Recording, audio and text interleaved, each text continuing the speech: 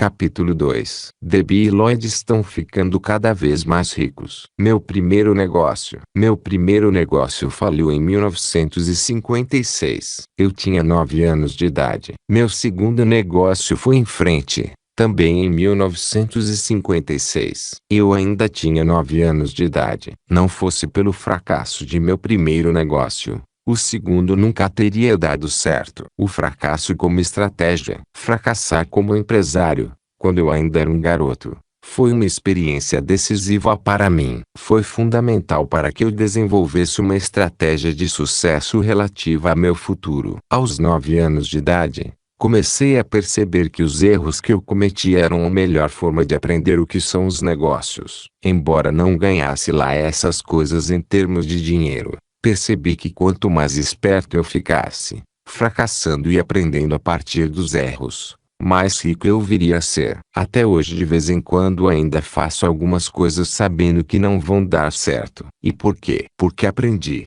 aos 9 anos de idade, que os fracassos são essenciais para que se chegue ao sucesso. Os empreendedores fracassam por duas razões fundamentais. Uma delas é que os aspirantes a empresários têm tanto medo de fracassar que ficam paralisados e aí não fazem nada. Levantam-se e vão trabalhar, sempre com alguma desculpa para não estarem prontos para largar o emprego e começar seus próprios negócios. As desculpas habituais incluem a falta de dinheiro suficiente, o risco demasiado, a época que não é favorável, alimentação e educação dos filhos e muitas outras. A segunda razão para os empreendedores fracassarem é que eles não fracassam o quanto baste. Muitos autônomos e donos de pequenos negócios atingem um certo sucesso e então param de crescer. A curva de crescimento se transforma em um platô ou o negócio começa a morrer. O negócio atinge determinadas dimensões e aí para de crescer. Aqui também chega uma hora que o empresário tem que se arriscar a fracassar antes que o negócio possa retomar o crescimento. O medo de fracassar é a grande razão para muita gente não ter sucesso na vida ou não ser tão bem-sucedida quanto gostaria de ser. Isso acontece não só nos negócios como também em todos os aspectos da vida. Lembro-me de nunca sair com garotas quando estava no ginásio porque tinha muito medo de ser rejeitado. Finalmente,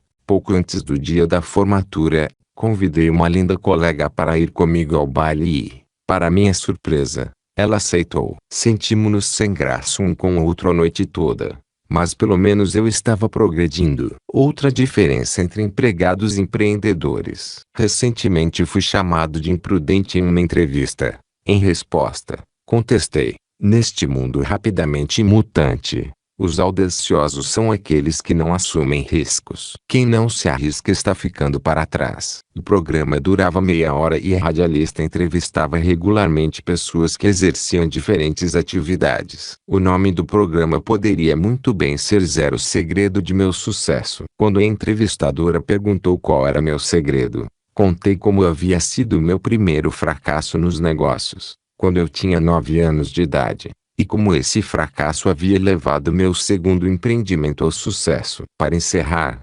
disse, percebi que fracassar era o caminho que me levaria ao sucesso. Você percebeu isso aos 9 anos? Perguntou a entrevistadora. Isso, respondi. Como a maioria das pessoas, não gosto de fracassar. Detesto o fracasso. Mas esse primeiro fracasso me deu uma rápida visão do futuro. Percebi qual era o processo que me levaria ao sucesso. Algumas pessoas vão em frente sabendo todas as respostas. Essas pessoas geralmente foram bons alunos. Meu processo não é esse. Eu vou em frente fracassando. Foi por isso que montei tantos negócios diferentes. A maioria destes fracassou, mas os que deram certo se transformaram em grandes sucessos, como a Tirrichdad Company, minha imobiliária e os negócios de mineração de ouro e prata que ajudei a fundar. Além disso, não ganhei lá grande coisa no começo da carreira de empreendedor. Mais tarde, entretanto, passei a ganhar mais dinheiro do que a maioria das pessoas. Então o segredo de seu sucesso nos negócios é estar disposto a cometer erros e aprender com eles. Sim, essa é a minha tarefa como empreendedor. Minha tarefa é estabelecer novas metas, elaborar um plano, cometer erros e me arriscar ao fracasso. Quanto mais erros cometo, mais esperto vou ficando e, Eventualmente, o negócio cresce e prospera a partir das lições aprendidas. Eu seria demitida se cometesse erros demais, retrucou a radialista. Para mim, cometer erros e falhar é fracassar. Faço todo o possível para não errar. Detesto errar. Detesto me sentir um idiota. Eu tenho que saber as respostas. Sinto que é importante fazer tudo do jeito certo, do jeito que a emissora me manda fazer. É por isso que você é uma boa empregada, comentei delicadamente. Os empregados são contratados para não cometerem erros. A tarefa de um empregado é seguir as regras e fazer o que lhe mandam. Fazer direito o seu trabalho. Se quisessem fazer as coisas do jeito deles ou não respeitassem as regras, os empregados seriam todos demitidos, já que não estariam fazendo o trabalho para o qual foram contratados. Então minha tarefa, como empregada, é não correr riscos, e sua tarefa, como empreendedor, é assumir riscos, cometer erros e fracassar de vez em quando. É isso que você está dizendo? Sim, respondi eu. Essa é a diferença fundamental entre um empreendedor e um empregado. Então você se arrisca. É isso que você faz como empreendedor? Não, não exatamente, respondi rindo por dentro. Não assumo aleatoriamente qualquer risco que me aparece. Antes de tudo, tive que aprender a ciência de cometer erros e aprender com estes. Em seguida, tive que aprender a escolher os riscos que assumo. Quanto mais capacitado eu me tornar como empreendedor, mais corretamente irei avaliar os riscos calculados. Hoje em dia, encaro o fato de assumir riscos como parte de minha tarefa, mas não quero que meus empregados se arrisquem. Isso parece uma contradição, disse a entrevistadora. São negócios, respondi eu. Fracassar não é nada divertido, mas é algo necessário para que a gente evolua. Então você gosta de fracassar? Perguntou minha interlocutora. Não, não, muito pelo contrário. Detesto o fracasso tanto quanto qualquer um. A diferença é que eu sei que os fracassos fazem parte do processo que me levou ao sucesso nos negócios. No momento em que fracasso em alguma coisa, sei que estou na iminência de aprender algo. E é nesse momento que emerge o novo eu. O novo você? Riu a radialista. Que embromação é essa? Olhe, respondi pausadamente. Todo mundo já teve essa experiência do novo eu. Quando ainda éramos bebês e não conseguíamos andar, ficávamos em pé e caímos sem parar. Então um belo dia paramos de cair e começamos a andar. Nesse momento, deixamos de ser bebês e as pessoas passam a nos chamar de crianças. Quando aprendemos a dirigir, tornamo-nos jovens adultos. Cada vez que aprendemos uma nova habilidade, surge uma nova pessoa e nosso mundo muda. É a isso que me refiro quando falo em um novo você ou um novo eu. Tornamo-nos novos porque adquirimos novas habilidades e ficamos mais capacitados a enfrentar um novo mundo. Então existe um mundo de diferenças entre um empregado e um empreendedor?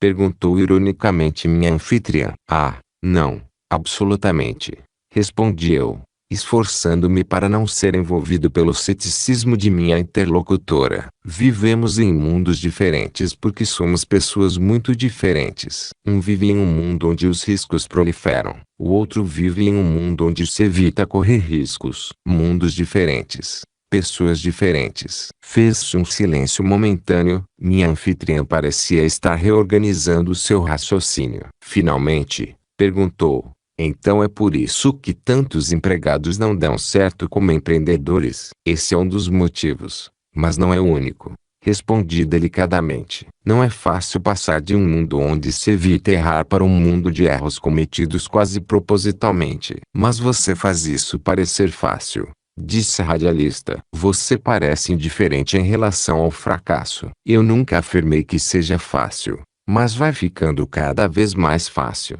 Respondi. Olhe, a questão é que o empreendedor tem muito a aprender e precisa aprender depressa. Não existe nada semelhante a um salário garantido no fim do mês para o empreendedor. Ele tem que cometer erros e corrigi-los rapidamente. Se ele evitar os erros ou fingir para si mesmo que não os cometeu, ou jogar a culpa sobre outras pessoas, o processo de aprendizado irá derrotá-lo e o negócio acabará fracassando. Você tem que aprender rápido porque está construindo alguma coisa a partir do nada. complementou minha anfitriã. Não há nada em que você possa se basear, especialmente no começo da sua evolução como empreendedor. No entanto, você poderá ir do nada para alguma coisa, à medida que for melhorando. Um dos maiores prazeres de ser empreendedor é a capacidade de pegar uma ideia e transformá-la em um negócio de sucesso em um curto lapso de tempo. Séculos atrás, os alquimistas tentavam transformar chumbo em ouro. A tarefa do empreendedor é transformar uma ideia em ouro. É quase como o dinheiro que cai do céu, comentou a entrevistadora. Quase, disse eu. Se conseguir fazer isso, você nunca precisará de um emprego. Você poderá se mudar para praticamente qualquer lugar do mundo e ficar rico. Eu faço negócios em mais de 80 países. Um de meus negócios de mineração fica na China e o outro fica na América do Sul. O âmbito de atuação de um empregado ou autônomo limita-se frequentemente a uma cidade, um estado ou um país. Portanto, são mundos diferentes, admitiu minha anfitriã. Sim, esse é o mundo do empreendedor. Se você for um bom empreendedor, poderá viajar e fazer negócios no mundo todo. A maioria dos empregados tem que solicitar algo como um green card antes de poder trabalhar em outro país. O empreendedor pode entrar em quase qualquer país como se este fosse uma corporação ou então formar uma joint venture com alguma empresa local. Treinar para ser um empreendedor significa desenvolver seu potencial de acesso a um mundo de riquezas praticamente ilimitadas. E para fazer isso você tem que transformar seus fracassos em sucessos. Certo, respondi eu. E se você fracassar e perder dinheiro? Perguntou ela. Isso é apenas parte do jogo. Não conheço muitos empreendedores que nunca tenham perdido dinheiro. Mas o empregado que perde o dinheiro do negócio é demitido, disse a entrevistadora incisivamente. Isso acontece em muitos negócios, respondi calmamente. Meu argumento é que é o medo de perder dinheiro que faz muita gente perder dinheiro. As pessoas têm tanto medo de perdê-lo que acabam perdendo mesmo. Contentam-se com os salários garantidos. Essas pessoas talvez não percam muito dinheiro na vida, mas perdem a riqueza em potencial. A verdade durante o intervalo para os comerciais. Tenho que fazer uma pausa para os comerciais, disse minha anfitriã desligando o microfone do pequeno estúdio. O sonoplasta assumiu o controle e começou a transmitir os comerciais dos patrocinadores. Faz anos que eu quero largar este emprego, disse minha anfitriã, sentindo-se segura na saleta à prova de som e sem que o mundo nos ouvisse. Mas você ganha um salário bom demais para pedir demissão, disse eu completando o raciocínio. Ela acenou com a cabeça e disse, é isso. Não ganho nenhuma fortuna, mas eles me pagam o suficiente para que eu não saia e vá trabalhar em outro lugar. Eu preciso do salário. Meu marido e eu ganhamos bastante bem, mas, com 4 filhos na faculdade, não há nenhum jeito de fazermos o que você propõe. Embora não concordasse com esse ponto de vista, eu disse que certamente sabia como ela se sentia. Então, o que você me aconselharia? Como é que eu poderia escapar disso? Preciso do salário. Preciso deste emprego, embora não ganhe lá muita coisa. Sinto-me aprisionada em uma sala cujas paredes estão se fechando sobre mim. O que eu poderia fazer? Depois de uma pausa para reorganizar meus pensamentos, perguntei, você se lembra do exemplo do bebê aprendendo a andar? Sim, eu me lembro, disse ela. E assim que conseguem andar, os bebês se transformam em crianças. E quando aprendem a dirigir, as crianças se transformam em jovens adultos. É assim que aprendemos tudo na vida. Aprendemos a partir da vontade de mudar e conseguir alguma coisa melhor. Talvez tenha havido uma época em que você gostava deste trabalho, mas agora você sabe que chegou a hora de mudar. É hora de ir em frente. Exatamente como o bebê percebeu de alguma forma que era hora de mudar. Era hora de parar de engatinhar. Em algum momento mágico, o bebê soube que havia chegado a hora de fazer alguma coisa diferente. E ele começou se agarrando a alguma coisa como a perna do pai ou uma perna de mesa. Os bebês cambaleiam quando estão aprendendo a fechar a lacuna entre engatinhar e andar. Fazem isso vezes sem conta e, então, num belo dia, ficam em pé e caem. Meu bebê fracassou, mas, em vez de desistir, que é o que muitos adultos fazem, ele repetiu e voltou a repetir o processo. De repente, a mente, O corpo e a alma do bebê entraram em alinhamento e o bebê conseguiu ficar em pé. E logo em seguida aprendeu a andar e se transformou em criança. Aí vieram as bicicletas e, depois, os automóveis. Disse minha anfitriã. Os bebês se transformam em crianças e as crianças se tornam adultos. Concluiu o raciocínio. Sim, e os empreendedores passam por um processo semelhante. Comigo aconteceu aos 9 anos. Fracassei aos 9 anos e tive sucesso aos 9 anos. Você poderá fazer o mesmo se estiver disposta a correr o risco de atravessar seu processo de aprendizado. Você tem confiança em sua capacidade como empreendedor? Perguntou minha interlocutora. Na verdade não tenho. Tenho confiança em minha habilidade de cometer erros, corrigi-los e melhorar meus negócios. Sou hoje um empreendedor melhor e planejo continuar melhorando, mas nunca terei absoluta confiança em minhas habilidades de empreendedor porque não me contento com minhas vitórias ou sucessos anteriores. Coloco-me constantemente em situações que ultrapassam minhas habilidades. Estou sempre no limite, sempre experimentando e sempre me testando. É dessa forma que continuarei melhorando. E é por isso que você inicia novos empreendimentos, mesmo que tenha fracassado? Perguntou ela. Inicio novos empreendimentos mesmo que tenha sido bem-sucedido. É por essa razão que tenho tantos negócios. Negócios que funcionam sem minha presença. Este é meu segredo para se chegar à riqueza. A maioria dos empregados tem um emprego. Como empreendedor, eu tenho múltiplos negócios. E essa é a razão para você não querer ser autônomo ou dirigir o negócio. Sim. E é por isso que me sinto grato por ter fracassado aos 9 anos. Aprendi como iniciar empreendimentos que funcionam sem mim. Escrevi sobre isso em Pai Rico, Pai Pobre. Sim, eu me lembro, disse ela. Eu só não percebi o significado daqueles empreendimentos. Não percebi que aqueles pequenos negócios haviam tido impacto tão profundo em sua vida. Concordando com ela, disse. Descobri minha estratégia para a vida aos 9 anos de idade. O sonoplasta avisou então que o intervalo comercial havia terminado e que era hora de reiniciarmos a entrevista. Minha anfitriã ligou o microfone e disse: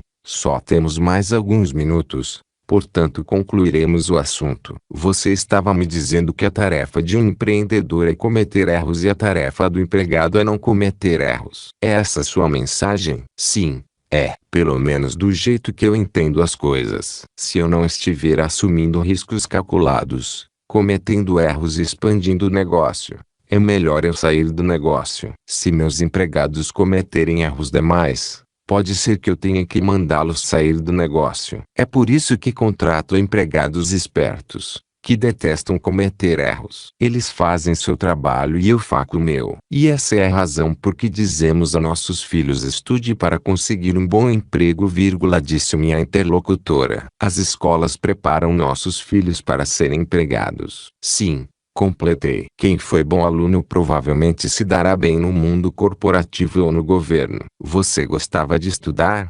Perguntou a radialista. Na verdade não.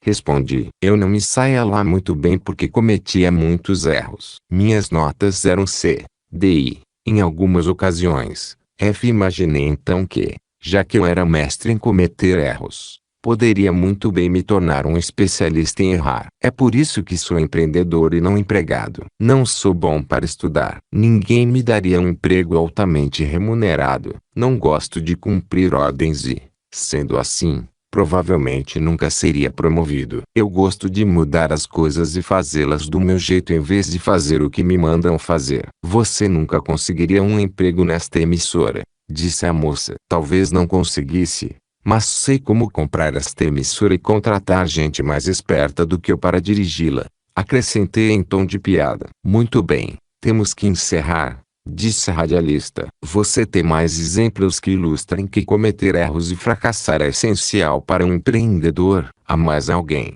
outro exemplo além de você mesmo, que possa confirmar esse ponto de vista? Claro, respondi. Thomas Edison foi expulso da escola porque os professores reclamavam que ele era confuso ou dispersivo. Mais tarde, ele foi criticado por ter fracassado mais de 1000 vezes antes de inventar a lâmpada elétrica. Quando lhe perguntaram como se sentia por ter fracassado mais de 1000 vezes, ele respondeu algo como: Fracassei mais de 1000 vezes. Acredito que foram 1014 experiências antes que eu finalmente acertasse. São necessários pelo menos 1014 fracassos até você se qualificar para inventar a lâmpada elétrica.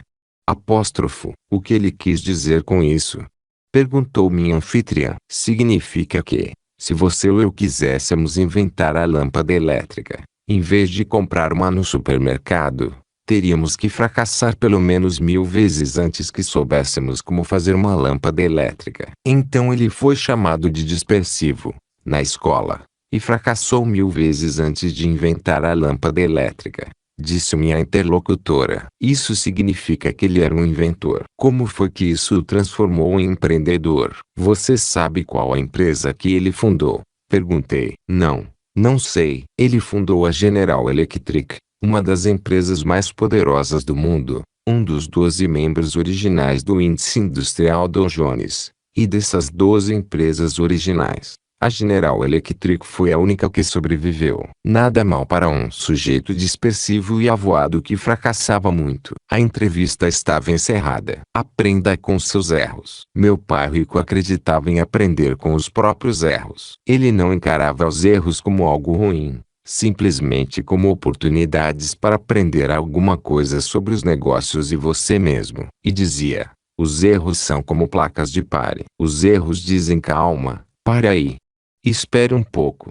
Tem alguma coisa que você não sabe. É hora de parar e pensar. Também dizia: um erro é um sinal de que chegou a hora de aprender alguma coisa nova, algo que você ainda não sabe. Seguindo essa linha de raciocínio, ele acrescentava: há muita gente preguiçosa demais para pensar. Em vez de aprender algo novo, essa gente pensa nas mesmas coisas dia e noite. Pensar é um trabalho duro. Você expande sua capacidade mental quando é obrigado a pensar. E quando você expande sua capacidade mental, sua riqueza aumenta. Pare, portanto, quando cometer um erro, e aproveite a oportunidade para aprender alguma coisa nova. Algo que você evidentemente ainda não sabe. Pare para pensar quando alguma coisa não sair do jeito que você quer ou você cometer um erro. Depois que descobrir a lição oculta, você será grato pelo erro. Se ficar abalado, zangado, envergonhado, culpar outra pessoa pelo erro ou fingir que não errou,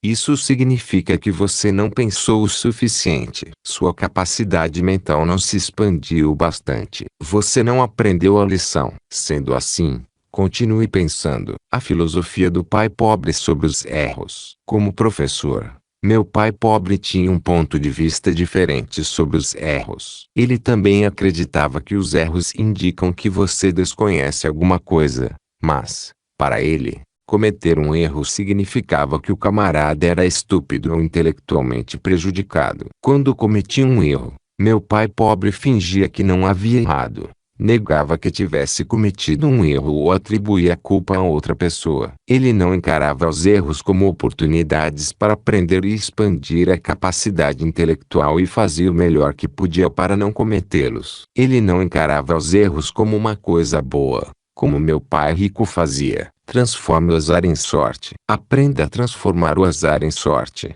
É a segunda lição do pai rico devido às diferenças que percebi entre ele e meu pai pobre no que se referia a cometer erros. Na minha opinião, é a filosofia pessoal de cada pessoa, sobre a questão dos erros, que determina se ela terá ou não sucesso na vida. O primeiro grande fracasso de meu pai pobre. Já contei em outros livros como voltei da guerra do Vietnã e tive que escolher quais pegadas seguir, as do pai rico ou as do pai pobre. Eu tinha mais ou menos 25 anos e meus dois pais haviam acabado de entrar na casa dos 50. Meu pai pobre havia acabado de perder a indicação como candidato republicano ao cargo de vice-governador do estado do Havaí. Já que ele postulara a candidatura contra a vontade de seu chefe, o governador do estado, foi informado de que nunca mais trabalharia para o governo estadual. Assim, lá estava ele, desempregado aos 50 anos de idade. O problema era que tudo que ele conhecia era o mundo do ensino. Ele havia ingressado no universo escolar aos 5 anos de idade e dele só saído aos 50 anos. Foi quando ele sacou seu fundo de pensão e ingressou relutantemente no mundo dos negócios,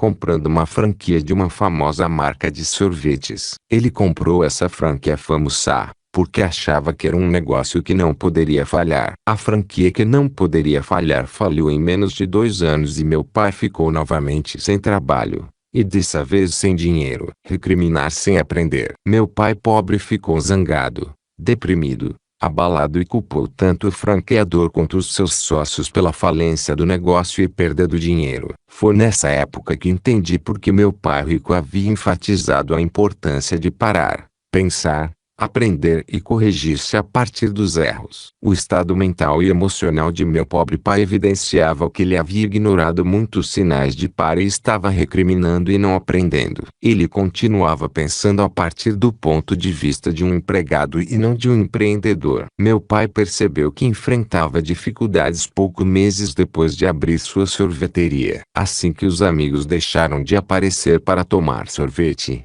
a loja ficou praticamente vazia. Meu pai ficava sentado lá horas a fio, sozinho, sem ao menos um cliente. Em vez de parar por um momento, pensar e pedir conselhos, ele despediu seus empregados para reduzir as despesas, trabalhou mais, brigou com seus sócios e depois gastou o dinheiro que lhe restava contratando um advogado e processando o franqueador. Dito de outra forma, ele usou seu dinheiro para atribuir seus problemas ao franqueador. Sem dinheiro, o negócio acabou fechando. Para mim, ficou evidente que meu verdadeiro pai havia transformado o azar em mais azar ainda. Em vez de parar, aprender e corrigir-se, ele não conseguia admitir que talvez estivesse cometendo erros. Em vez de melhorar as coisas, ele as tornou ainda piores. Com a perda da indicação como candidato a vice-governador e de seu primeiro e único negócio, ele continuou zangado e derrotado até morrer,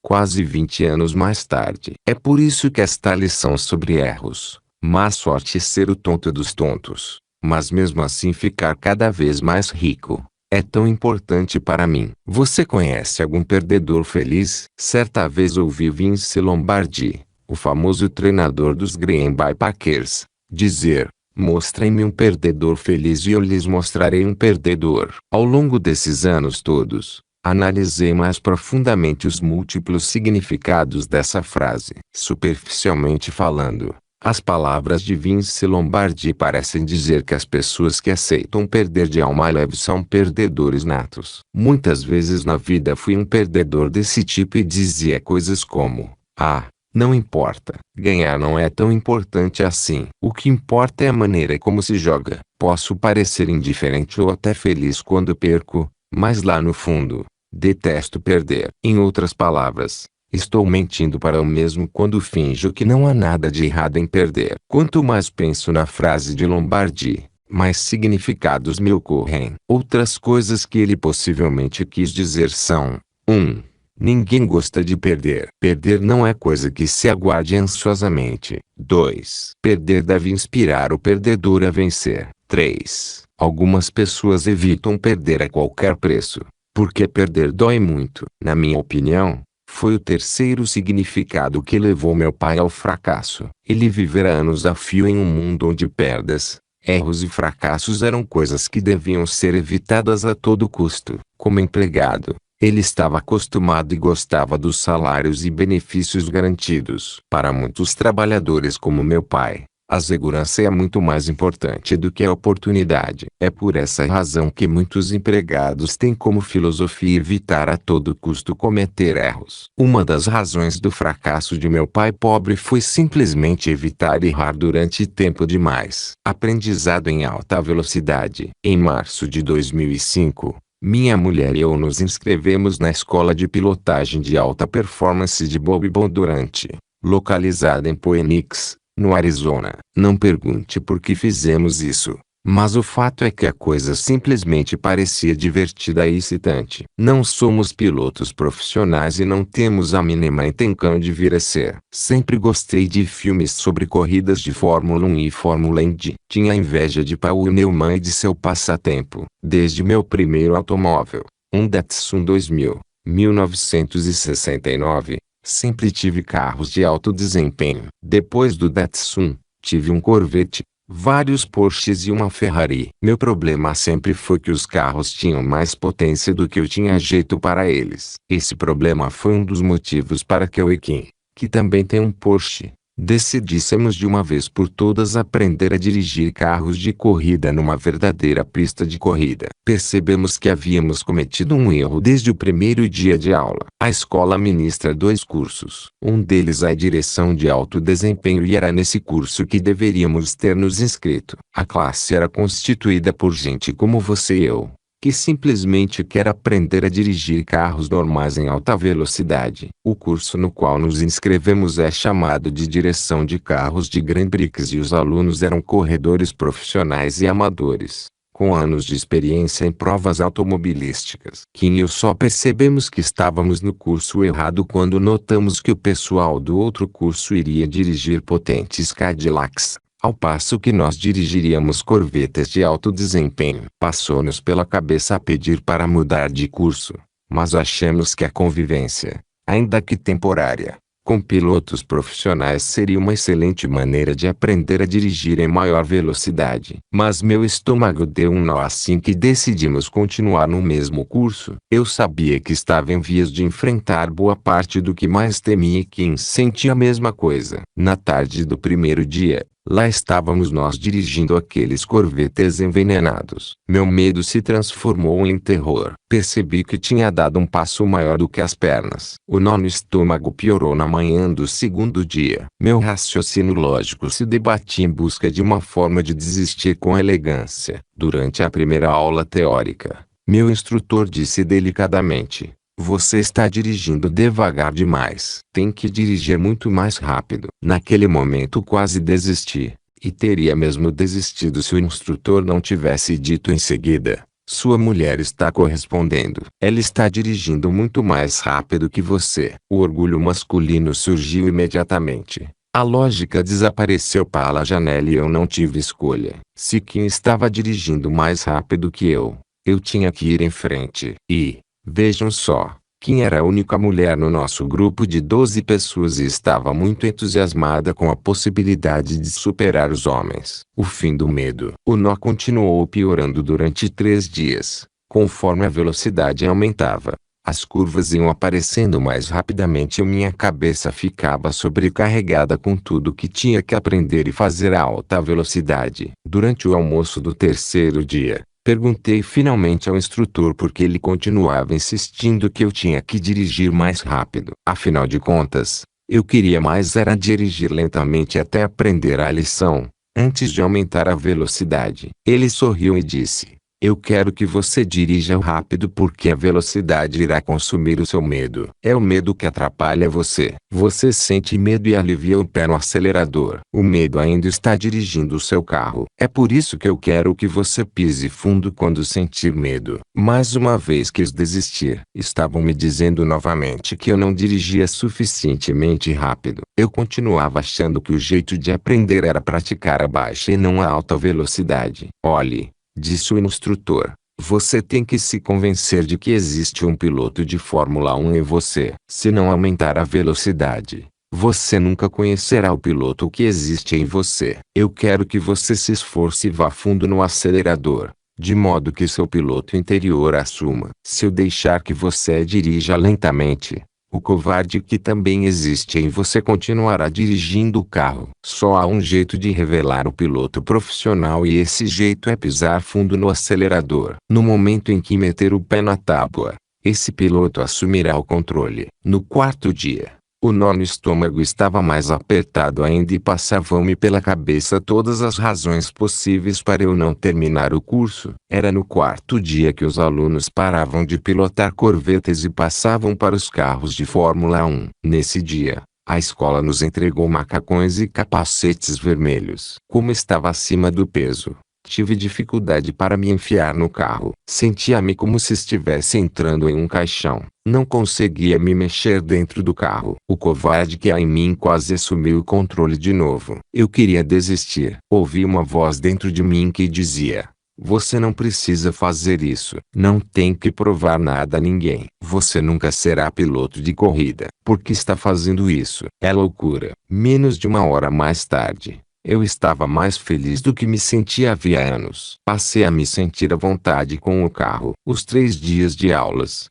medo e frustração sumiram e lá estava eu dirigindo o carro com o pé embaixo. Em vez de medo, eu senti uma sensação de exaltação. O piloto que havia em mim afastou o covarde e assumiu o controle do carro. Quando saímos da escola no fim do dia, enlevados como se tivéssemos tido uma visão celestial, um dos alunos do curso de direção de alto desempenho aproximou-se de nós e disse: "Adorei o curso, mas o que eu queria era ter feito esse que você fizeram." Agradeci e retruquei: "Isso é engraçado porque até uma hora atrás eu queria mesmo era estar no seu grupo." Dois mundos diferentes. O motivo de eu mencionar a escola de pilotagem não é me gabar de minha nova técnica de dirigir automóveis. Menciono-a porque o curso de pilotagem foi um processo muito semelhante àquele do empregado que se transforma em empreendedor. O processo de passar de um mundo para outro. Uma das primeiras lições que aprendi foi que, nas ruas e rodovias, devo fazer o oposto do que tenho que fazer em uma pista de corrida. Na estrada, por exemplo, a maioria das pessoas pisa no freio quando percebe uma colisão bem à frente. Na escola de pilotagem, ensinaram-nos a pisar no acelerador. Nas ruas e estradas, a maioria das pessoas pisa no freio quando o carro começa a derrapar. Na escola de pilotagem, aprendemos quando pisar no freio e quando pisar no acelerador. Em outras palavras, há duas formas diferentes de reagir às derrapagens. E podem acreditar em mim, pisar no freio é fácil, mas pisar no acelerador, durante uma derrapagem, foi difícil porque contrariava tudo o que sei em matéria de direção. Para fazer isso, tive que aumentar minhas capacidades física e mental. No mundo normal, exige-se das pessoas que não ultrapassem os limites de velocidade. Na escola de pilotagem, fomos ensinados a pisar fundo e ultrapassar nossos limites de velocidade pessoais. A velocidade e o medo sem dúvida aumentaram minha capacidade. Um grande currículo. Os 4 dias que passei na IG Performance Racing Show de Bobby Bondurant foram os dias da curva de aprendizado mais inclinada que já atravessei na vida. As curvas de aprendizado na escola de pilotagem foram ainda mais inclinadas do que as curvas que atravessei na Navy Fleet Show. Ficou evidente que, além de grande piloto, Bobby Bondurant é um excelente professor. Como professor, e apesar de apavorado durante a maior parte do tempo, pude avaliar a metodologia de ensino de Bob. Fiquei impressionado com o currículo teórico e prático. Durante 4 dias, Bob e seus instrutores nos obrigaram a enfrentar nossos temores e limitações físicas e mentais com um elevado nível de segurança. Uma vez na pista, não me preocupei muito com minha integridade física. O que mais me preocupava era ficar sendo ultrapassado por Kim, o que aconteceu em várias ocasiões. Fisicamente eu estava bem, mas meu ego ficava gravemente arranhado cada vez que o carro de minha mulher passava pelo meu. O processo empresarial. O processo de evolução de motorista convencional para piloto de competição exigiu que eu esquecesse muita coisa. Em outras palavras, as coisas certas na rua em uma estrada podem matá-lo em uma pista de corrida. Além disso, as coisas inteligentes que se faz no trânsito, como reduzir a velocidade, são coisas idiotas em uma pista de corrida. Acontece o mesmo com a evolução de empregado para empreendedor. São 2 mundos diferentes e o que é certo em um é errado no outro. A razão para eu contar a história de transição do mundo do serviço público para o mundo do empreendedorismo de meu pai pobre foi a necessidade de ilustrar esse ponto. O que ele fazia de certo no serviço público era errado no mundo dos negócios. Uma vez que o empreendedor iniciante cria alguma coisa a partir do nada, é evidente que ele irá cometer erros. Se quiser ter sucesso, o empreendedor novato terá que se esforçar para atravessar o mais rapidamente possível as seguintes etapas. 1. Iniciar o empreendimento. 2. Fracassar e aprender. 3. Encontrar um mentor. 4. Fracassar e aprender. 5. Fazer alguns cursos. 6. Continuar fracassando e aprendendo. 7. Parar quando tiver sucesso. 8. Comemorar. 9. Contar o dinheiro e analisar vitórias e derrotas. 10. Repetir o processo. A temível doença. Calculo que 90% dos aspirantes a empreendedores não chegam sequer à primeira etapa do processo. Talvez tenham um plano e podem até ter criado o negócio perfeito na cabeça ou no papel, mas acabam contagiados pela temível doença conhecida como análise paralisante. Vi muitos aspirantes a empreendedor ficarem fazendo e refazendo seus planos em vez de irem em frente. Quando não é isso, eles acabam encontrando alguma desculpa para achar que o momento ou o plano não são corretos. Em vez de começar a agir e fracassar, eles trabalham duro para não fracassar e entram no clima da análise paralisante. É impossível tornar-se empreendedor sem começar um empreendimento. Seria como tentar aprender a andar de bicicleta sem bicicleta, ou como se eu tentasse ser piloto de corrida sem um carro e uma pista de corrida. Meu pai rico afirmava: a principal razão para se montar um negócio é ter um negócio para praticar. Como é que se aprende a andar de bicicleta se não temos uma bicicleta? Como aprender a ser empreendedor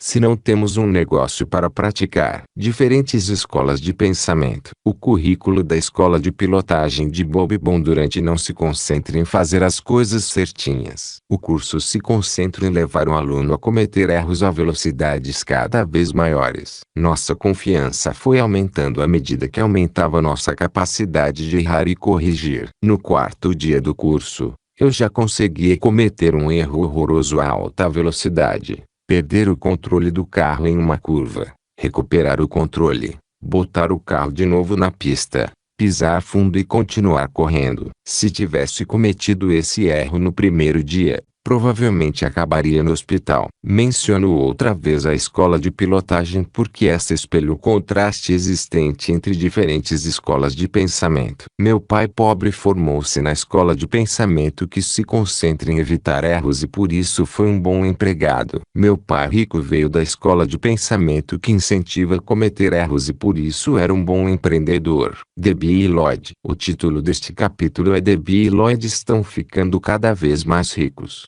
em homenagem a Jim Carrey. Quem viu o filme deve ter notado que quanto mais idiota, mais rico ele fica. Vale o mesmo em relação ao empreendedorismo. Se você for alguém que precise sempre parecer certo, fazer sempre sentido, nunca cometer erros e ter sempre as respostas corretas, o melhor caminho talvez seja continuar como empregado ou transformar-se em autônomo. Quando comecei minha carreira, eu parecia o maior palerma da cidade. Meus negócios cresciam e desmoronavam. Não demorou nada para que minha fama como empreendedor, na comunidade empresarial de Honolulu, fosse motivo de riso. Se não fosse meu pai rico me orientar e incentivar a aprender com meus erros, indo em frente e errando de novo, eu poderia muito bem ter abandonado o processo. Descobri que é difícil ser uma das personagens de Jim Carrey na vida real. No entanto, e à medida que os anos foram passando, os erros deixaram de ser tão penosos,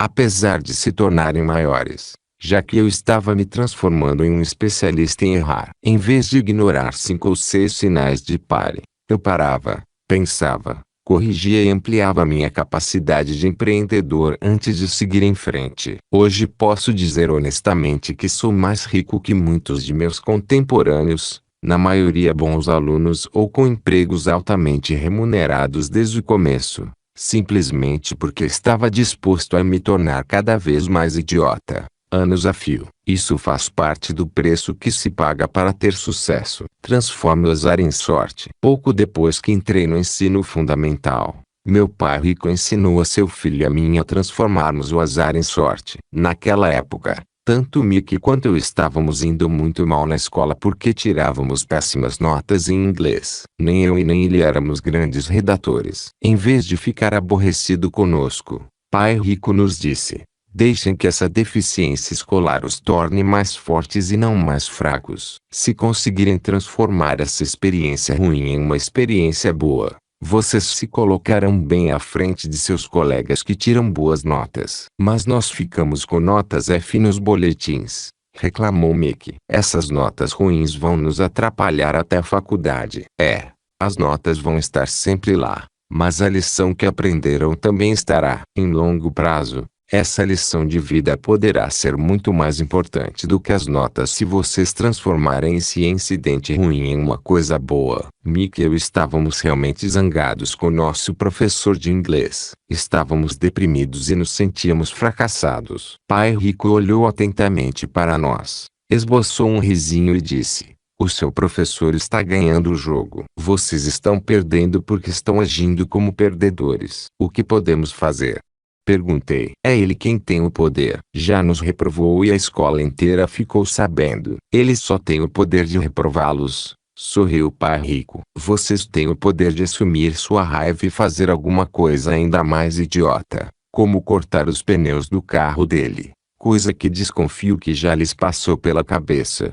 Ou então fazer alguma coisa boa, como assumi-la e sair-se bem na escola, no futebol ou no surf. Assumam sua raiva e transformem-na em grandeza. Então vocês vencerão. Se assumirem essa raiva e cortarem os pneus do professor, vocês estarão transformando em pior uma situação que já é ruim. E provavelmente serão presos se fizerem o que estão pensando em fazer." O poder das emoções. Naquele dia, Pai Rico nos ensinou que os seres humanos têm 4 emoções básicas. 1. Alegria. 2. Raiva. 3. Medo. 4. Amor. Ele explicou também que existem muitas outras emoções, mas essas são as fundamentais. Muitas das outras emoções são combinações de 2 ou mais emoções básicas. A tristeza, por exemplo, é frequentemente uma combinação de raiva, medo e amor, e ocasionalmente de alegria. Em seguida ele nos ensinou que cada emoção pode ser utilizada de 2 maneiras básicas, para o bem ou para o mal. Posso me sentir, por exemplo, alegre, e aproveitar essa alegria para sair e me embebedar, o que seria utilizar a emoção da alegria para uma finalidade ruim. Posso também aproveitar a emoção da alegria para mandar cartões de agradecimento a todas as pessoas que me ajudaram na vida. O mesmo é válido em relação a todas as emoções básicas, até mesmo o amor. Ainda hoje não gosto daquele professor de inglês, mas sou grato por ele ter me reprovado. Se não fosse aquela nota F,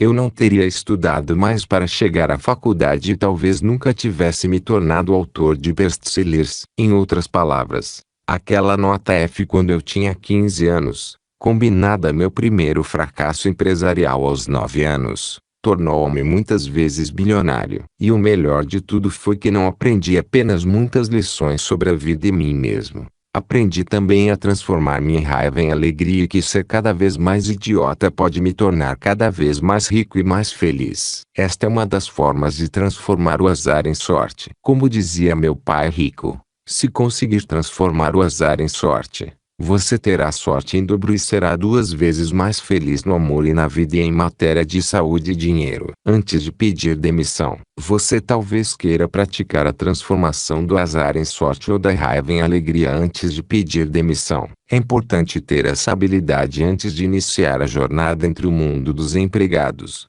um mundo onde se evita errar, para o mundo dos empreendedores, um mundo onde todos cometem erros. Comentarei mais adiante como e quando decidi que minha especialidade seria cometer erros. Uma das razões para eu ter decidido ir em frente fracassando foi que estava indo muito mal na escola. Nunca fui brilhante nos estudos. Embora atualmente leia muito, ainda sou um leitor lento, daqueles que move os lábios quando lê e, quando faço contas, ainda preciso dos dedos das mãos e dos pés para contar o dinheiro. Embora tenha me formado em uma grande universidade, minhas notas sempre foram C, D e F, ano após ano, e sempre fui um dos últimos da classe. Sharon Lester, que fundou a Tirrichdad Company juntamente comigo e minha mulher, foi das primeiras da classe. É auditora independente e complementará as lições deste livro com a maneira mais inteligente de alguém se tornar empreendedor. Dito de outra forma,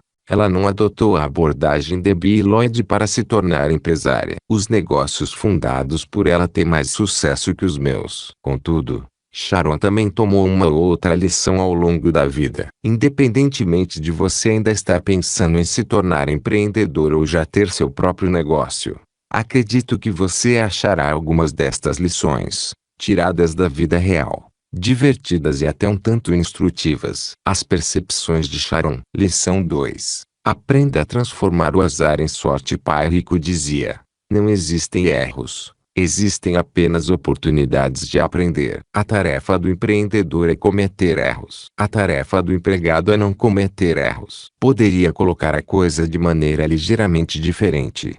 O empreendedor não pode ser intimidado e não se deixará intimidar pelo medo de cometer um erro. Ele não pode permitir que o medo de errar atrapalhe seu caminho. Ninguém gosta de errar. Do meu ponto de vista, a meta do empreendedor não é cometer um erro. Contudo, as experiências e decisões que não dão certo são componentes naturais da vida de um empreendedor. Os empreendedores bem-sucedidos não têm medo de se arriscar a errar e, quando cometem um erro, aprendem e, às vezes, até o colocam para trabalhar em seu benefício, capitalizando o erro. Seria um erro fazer uma escolha errada. Definir algo como errado é questão de perspectiva. A perspectiva do empreendedor é diferente da do empregado. Experimentar coisas novas, especialmente aquelas que os outros acham que não funcionarão, é parte essencial da vida do empreendedor, uma vez que a tendência do empreendedor é se aventurar por caminhos ainda não desbravados.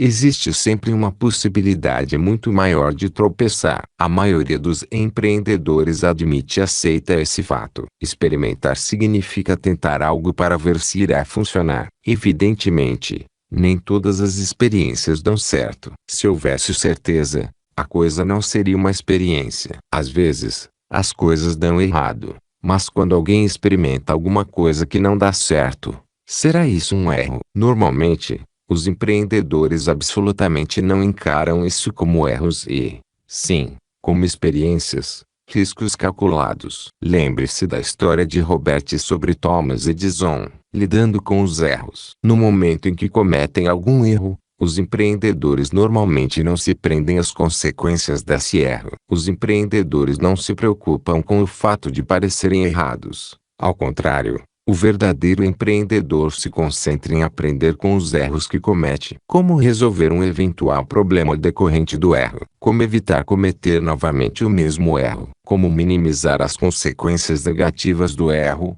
se mesmo assim ele voltar a ocorrer. Existe alguma forma de capitalizar o erro e transformá-lo em vantagem? Como capitalizar os erros? Eu mesma gosto de pensar em termos de transformar problemas em oportunidades. Identifico o problema e encontro uma solução. Como evitar ou minimizar as consequências desse erro? Essa solução pode perfeitamente ser um ativo valioso, frequentemente chamado de propriedade intelectual, sobre o qual será possível montar um negócio ou, quem sabe, utilizá-la como instrumento para expandir o negócio que você já possui. É claro que você terá que protegê-la legalmente, de forma a ter direitos exclusivos a essa solução. Vamos viajar ao passado, a título de exemplo, e supor que você estivesse em meio ao processo de desenvolver um dos primeiros rádios transistores do mundo. Você descobriu da forma mais difícil que, quando cometia um erro ao conectar a bateria ao circuito, invertendo a polaridade, os transistores tinham a tendência de virar fumaça. Naquela época, os transistores eram componentes muito caros e esse erro era muito oneroso. Mas você aprendeu com o erro, identificou um problema e desenvolveu uma solução. Um conector que incorpora uma chaveta que impede que a conexão seja feita de maneira errada. Suponhamos também que você tenha conseguido patentear essa solução do problema identificado. Você acha que seria possível montar um negócio centralizado nessa solução? A anatomia dos erros. O medo de cometer erros na verdade inclui dois aspectos primários: o medo das consequências e o medo de parecer um idiota.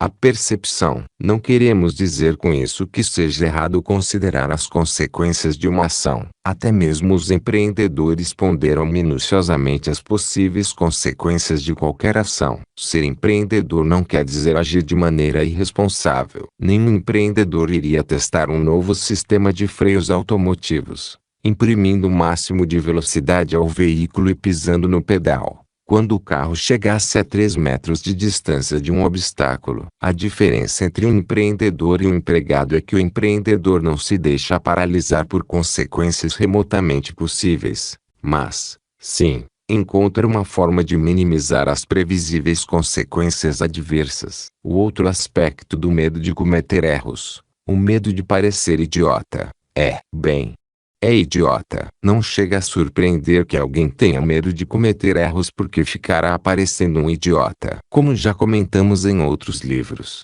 nossas escolas tendem a nos incutir o medo de parecermos idiotas. Sendo uma das melhores alunas da classe, isso era um enorme problema para mim. Eu queria fazer tudo certo e não queria jamais dar a impressão de não saber alguma coisa. Achava até que fazer perguntas seria admitir que eu não sabia algo. Demorei quase 20 anos para romper esse bloqueio mental e perceber que é fazendo perguntas que aprendemos. Tenho que admitir que ainda hoje me flagro querendo estar certa. Percebo essa mesma armadilha mental em muitas pessoas altamente instruídas e sinto pena dessa gente. A capacidade de parecer idiota, ocasionalmente, e de fazer perguntas sem constrangimento, abre um mundo inteiramente novo para os melhores estudantes. Hoje me considero uma estudante nota em recuperação e convido todos vocês a se colocarem entre os primeiros da classe, a se unirem a mim. Dito isso, há situações nas quais o empreendedor tem que se preocupar com a credibilidade, a reputação da qual você desfruta, em sua comunidade profissional ou empresarial, pode ser prejudicada por erros demais. Mas quando tem medo demais de cometer erros, as pessoas simplesmente relutam em correr qualquer risco e nunca chegam a menos a pensar em se tornarem empreendedoras. E se chegarem a iniciar o processo, mas se concentrarem demais em evitar riscos, as pessoas serão vítimas da análise paralisante, descrita por Robert. Ficarão tão concentradas na coleta de informações e na identificação, eliminação de todos os riscos, que nunca se sentirão realmente à vontade para ir em frente e montar um negócio. A análise paralisante as deixará congeladas. Não estamos sugerindo que você vá em frente sem se preocupar com as consequências de seus atos. Você tem que agir de maneira responsável e fazer sua lição de casa. Tem que assentar os alicerces do seu negócio, de modo a impedir que este desmorone no futuro. Tem que planejar, como dizia o pai rico. O negócio bem-sucedido é criado antes mesmo de começar a existir. Mas você também tem que reconhecer o ponto no qual os rendimentos se tornam decrescentes. Existe um amplo espectro de atitudes entre avançar cegamente e ser vitimado pela análise paralisante. Na verdade, você nunca conseguirá eliminar todos os riscos. A certa altura, você contará com informações suficientes para ir em frente e o planejamento adicional será simplesmente perda de tempo. Depois que tiver identificado a oportunidade e os riscos maiores, assentado os alicerces e desenvolvido um plano de negócios que minimize esses riscos, siga em frente e implemente o plano. A análise paralisante não é o único obstáculo para quem vai dar o primeiro passo no empreendedorismo. Existe também o fator inércia. É fácil não fazer nada e, portanto, é exatamente isso que muita gente faz. Nada. Isso acontece especialmente quando você se sente à vontade do jeito que é. Ocorre geralmente algum tipo de agitação que dá início à jornada do empreendedorismo. Alguma coisa que leva você a querer mudar o status quo. O processo de transição. Vamos analisar os estágios que você poderá atravessar na transição de empregado para empreendedor. Primeiro estágio. Você se torna infeliz como empregado. Veja, não estamos afirmando que exista algo de errado em ser empregado. É preciso que exista gente satisfeita com o fato de ser empregado para que o mundo vá em frente. O problema começa quando você não quer mais ser empregado. O domingo passa a ser o dia mais triste da semana e você começa a ficar apreensivo com o fato de ter que ir trabalhar na segunda-feira pela manhã. Pode ser que você sinta ou até mesmo diga o seguinte: 1. Não quero ir trabalhar. Além disso, a descrição das funções de meu cargo começa pela observação becos sem saída. 2. Gosto de meu emprego, mas não estou progredindo. Quando olho o organograma acima, tudo que consigo enxergar é o traseiro de meu supervisor. 3. Não estou ganhando o que mereço. Não ganho nem mais nem menos, independentemente de dar duro ou cochilar na mesa. Muitos colegas não trabalham tanto quanto eu, mas ainda assim ganham a mesma coisa. Isso é injusto. Quero ganhar melhor, já que trabalho mais. 4. Eu gostava do que fazia, mas agora estou entediado. Quero algo mais desafiador. Mas meu patrão diz que não tenho qualificações para isso e afirma que tenho que voltar a estudar antes de ser promovido. 5. Não quero ficar pulando de emprego. Além disso, já é hora de trabalhar para mim mesmo e montar meu próprio negócio. 6. Tenho tempo de casa suficiente para sair. Se eu sair, terei que começar de novo em outra empresa e aceitar um salário menor. 7. Essa empresa onde trabalho não vai a parte alguma. 8. Sou eu quem faço tudo e é o patrão quem leva a fama. 9. Porque estou trabalhando para esse camarada, dirigindo o negócio dele e deixando-o rico. Ele nunca está lá. A única coisa que ele faz é jogar tênis. Eu devia mais estar dirigindo o meu próprio negócio e ficando rico. 10. Porque trabalho tanto para deixar todos os meus clientes ricos se sou remunerado exclusivamente por hora trabalhada. 11. Quero fazer o que me dá na telha. Quero ser meu próprio patrão. 12. O alarme foi dado. Promoveram alguém mais jovem que eu. 13. Não posso me dar ao luxo de sair do emprego ou me aposentar. Não economizei o suficiente e gastei meu fundo de garantia para comprar esta casa onde moro. Se esses pensamentos passarem por sua cabeça, talvez tenha chegado o momento de ser independente. Pode ser que você queira fazer alguma coisa em regime de tempo parcial, mantendo também o emprego. A palavra mais importante é começar. Segundo estágio. Superar o medo de começar. Sempre conheci gente que queria largar o emprego mas morria de medo de fracassar. Em vez de pedir demissão e começar um negócio próprio, essas pessoas continuavam trabalhando dia após dia, usando desculpas como: 1.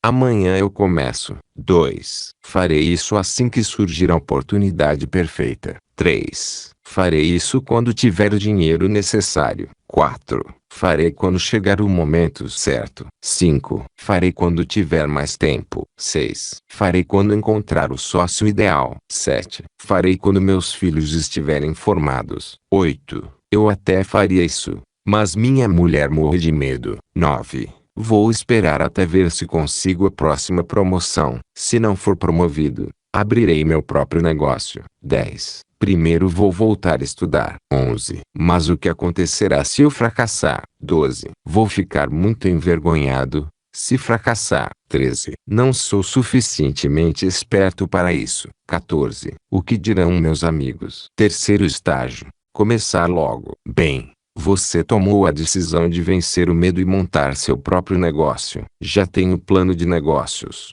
o produto ou serviço que oferecerá e está pronto para começar. Assuma o compromisso de cumprir o mais rapidamente possível as etapas que o pai rico de Robert esclareceu. 1. Monte negócio. 2. Fracasse e aprenda. 3. Encontre um mentor. 4. Fracasse e aprenda. 5. Faça alguns cursos pertinentes. 6. Continue fracassando e aprendendo. 7. Pare quando tiver sucesso. 8. Comemore o fato. 9.